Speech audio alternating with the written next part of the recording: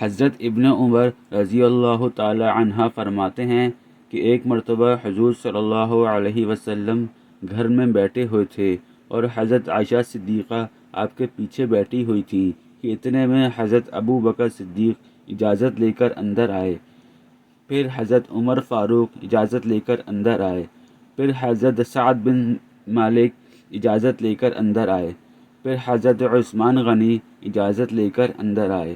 حضور صلی اللہ علیہ وسلم باتیں کر رہے تھے اور حضور پاک کے گھٹنے کھلے ہوئے تھے۔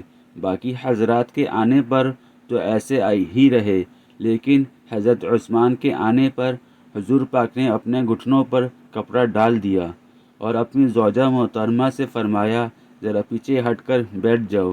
یہ حضرات حضور سے کچھ دیر بات کر کے چلے گئے تو حضرت عائشہ نے عرض کیا، یا نبی صلی اللہ علیہ وسلم، میرے والد اور دوسرے صحابہ اندر آئے تو آپ نے نہ تو گھٹنے پر اپنا کپڑا ٹھیک کیا اور نہ مجھے پیچھے ہونے کو کہا۔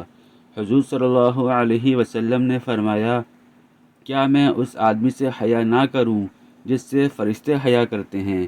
اس ذات کی قسم جس کے قبضے میں میری جان ہے، فرشتے عثمان سے ایسے ہی حیا کرتے ہیں جیسے اللہ اور اس کے رسول سے کرتے ہیں۔